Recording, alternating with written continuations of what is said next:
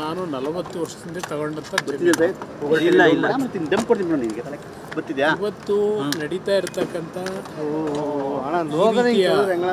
ನಡವಳಿಕೆಗಳಿದೆಯಲ್ಲ, ಕಾನೂನಿನ ವ್ಯಾಪ್ತಿಯೊಳಗೆ ಹೋರಾಟ ಮಾಡ್ತಾರೆ. ಯಾರು ಏನು ಗಾಬರಿ ಆಗಬೇಕಾಗಿಲ್ಲ. ಆದರೆ ಒಂದು ಸತ್ಯಾಂಶಗಳನ್ನ ತಿಳಿದು ವರದಿ ಮಾಡಿ. ಇದರಲ್ಲಿ ನಾನು ಯಾವುದೇ ರೀತಿಯ ಅಕ್ರಮಗಳಿಗೆ ಎಡೆ ಮಾಡಿಕೊಟ್ಟಿಲ್ಲ.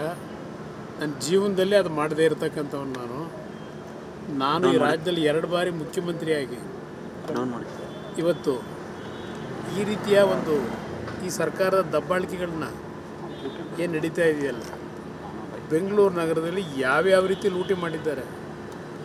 ನಾನು ಒಬ್ಬ ರೈತನಾಗಿ ಬದುಕಲಿಕ್ಕೆ 40 ವರ್ಷದಿಂದ ತಗೊಂಡಂಥ ಜಮೀನಿನ ಬಗ್ಗೆ ಈಗ ಏನು ನಡೀತಾ ಇದೆ, ಹಲವಾರು ತಪ್ಪು ಮಾಹಿತಿಗಳೇನಿದೆ, ಅದು ಎಲ್ಲದಕ್ಕೂ ಕಾನೂನಿನ ವ್ಯಾಪ್ತಿಯೊಳಗೆ ಉತ್ತರ ಕೊಡ್ತೀನಿ. ಸರ್, ಈಗ ದ್ವೇಷದ ರಾಜಕಾರಣ ಮಾಡ್ತಿದೆ ಸರ್ ಕಾಂಗ್ರೆಸ್. ಮಾಡಲಿ, ಬನ್ನಿ ನೋಡೋಣ, ಭಗವಂತ ಇದ್ದಾನೆ. ನೋಟಿಸ್ ಏನಾರು ಕೊಟ್ಟಿದ್ದಾರೆ ಸರ್?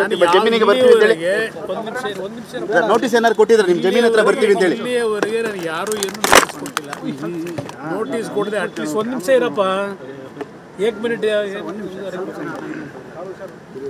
ಒಬ್ಬ ಸಾಮಾನ್ಯ ಪ್ರಜೆಗೆ ಏನಾದರೂ ಎವಿಕ್ಷನ್ ಮಾಡೋದಾದ್ರು ಅಟ್ಲೀಸ್ಟು 1 ವಾರವೋ 15 ದಿವಸ ಆಗ್ತೇ ಇದೆ ನೋಟಿಸ್ ಕೊಡಬೇಕು ಅಂತ ಹೇಳಿ. ನನಗೆ ಇಲ್ಲಿವರೆಗೆ ಯಾವುದೇ ಕಮ್ಯುನಿಕೇಷನ್ ಇಲ್ಲ, ನೋಟಿಸ್ ಇಲ್ಲ.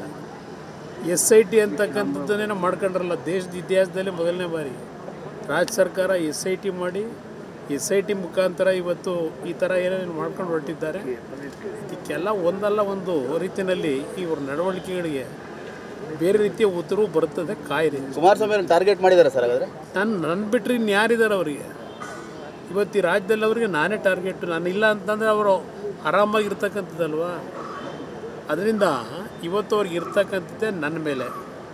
ಇವತ್ತು ಹಲವಾರು ರೀತಿಯಲ್ಲಿ ಯಾವ್ಯಾವ ರೀತಿಯಲ್ಲಿ ಇದು ನಡೀತಾ ಇದೆ ಅದನ್ನೆಲ್ಲ ಸೂಕ್ಷ್ಮವಾಗಿ ಗಮನಿಸಿದ್ದೇನೆ.